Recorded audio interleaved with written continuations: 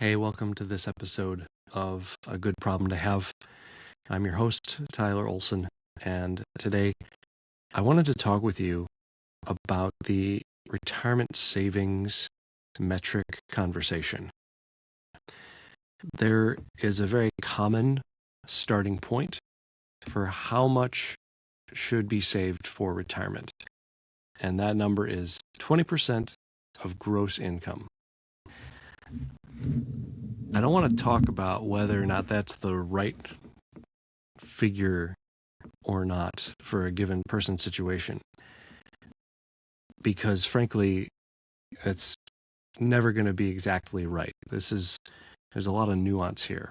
And that's actually what I do want to talk about, is the nuance that needs to be validated and discussed on a one-on-one basis when it comes to how much a given person or household should be saving for retirement.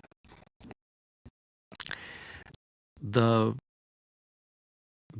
benefit of 20%, and I bring it up sometimes, the benefit of it is it's a starting point.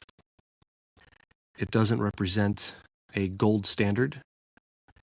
It doesn't represent, if you're less than that, then that means that you're not doing good enough. And if you're doing more than that, then you're like A+. It's not it at all, because there's so much more that goes into this. And I wanted to give you an example of what I mean. 20%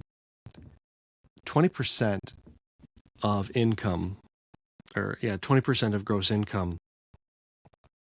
is, let's use an example of a household that earns $500,000. 20% of that is $100,000. And for a lot of doctors, this is not unachievable. Not to say everyone can, or that even, that almost everyone can. I'd say more than half probably could. But of course, I'm assuming a lot of things. But let me give you an example of how it would lay out.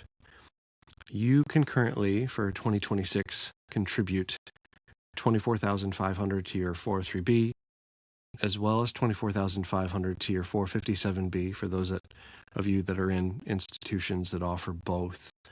Or you got a 401k plan and a cash balance plan if you're in a private practice. So the combination between those two types of plans, even without an employer match, is going to be close to $50,000. And then if you have a health savings account, assuming that a high deductible health plan works well with your family's healthcare needs situation, backdoor Roth contributions, single person, $7,000, married couple, double that. And then contributions to a taxable investment account. All that can fill in and get up to $100,000. So it's not an impossible threshold to pass. In fact, there's lots of doctors that will do even more. They'll do like 30%, 35%, even 40%.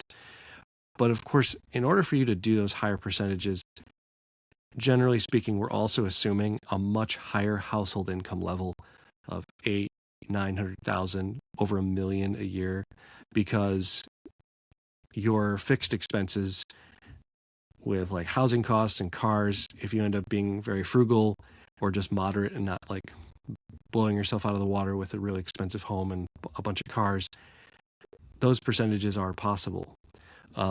But that also is prioritizing early retirement. So that's kind of a different conversation.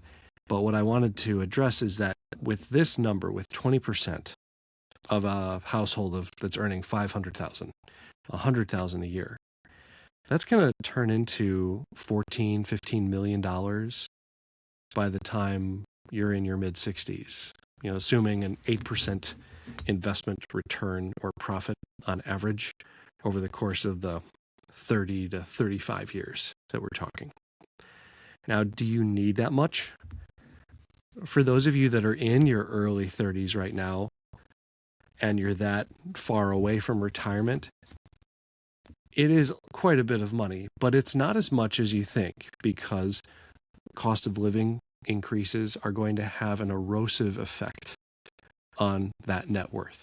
So it's not quite as much as it feels like. It is still quite a bit of money, though. And if you get your financial plan in a situation where your house is going to be paid off at that point, and whether or not you have kids, at that point, you're probably not going to be taking care of kids and their expenses.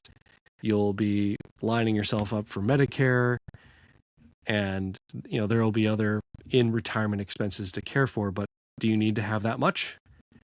I don't know. You have to examine this for yourself, and that's what I'm talking about with nuance. What sort of life do you want to live? What do you want to prioritize? I've seen financial plans that have a high success rate where less than 20% is being set aside for retirement. Another contributing factor are those of you that work at institutions where the employer is making a substantial contribution, and maybe you don't personally need to put in as much in order to even meet that 20% metric, if that's your goal. Yeah, like I've seen like doctors that work, they make like $400,000 and the employer makes an automatic 10% contribution to a 401a retirement plan. Another $40,000 right there, right? So your contribution, what does it need to be, really depends on the following factors. The employer match that I just mentioned, your current lifestyle needs and your current lifestyle wants, your anticipated in retirement plans, what your financial situation will look like at the point at which you do retire, if you'll have any debt remaining. Some people may still have a mortgage at the point at which they retire, others won't.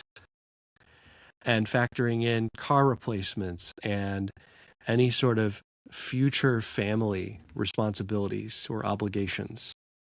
Some families, they have children with special needs, and they know that they're going to continue to need financial and other types of support for many years, long after the typical, they're 20 years old, so now they're on their own. That may not be the case for a given family.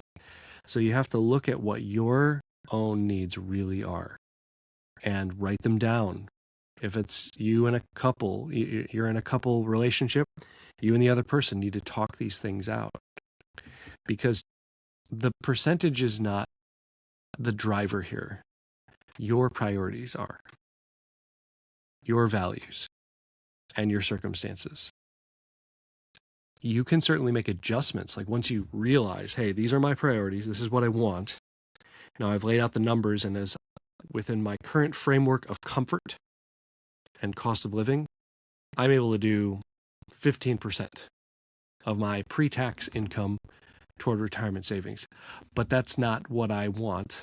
I would like to prioritize putting more away because of ABC, whatever that is. Of course, you're going to have to compensate for that by giving up other current lifestyle expenses, living expense needs. And you'll have to decide if that's in fact how you want to handle it. So anytime that conversation comes up, you see it online, talking with colleagues, friends and family, you got to save 20% of your income for retirement. Maybe not. We each have to figure it out for ourselves. I'll see you next time.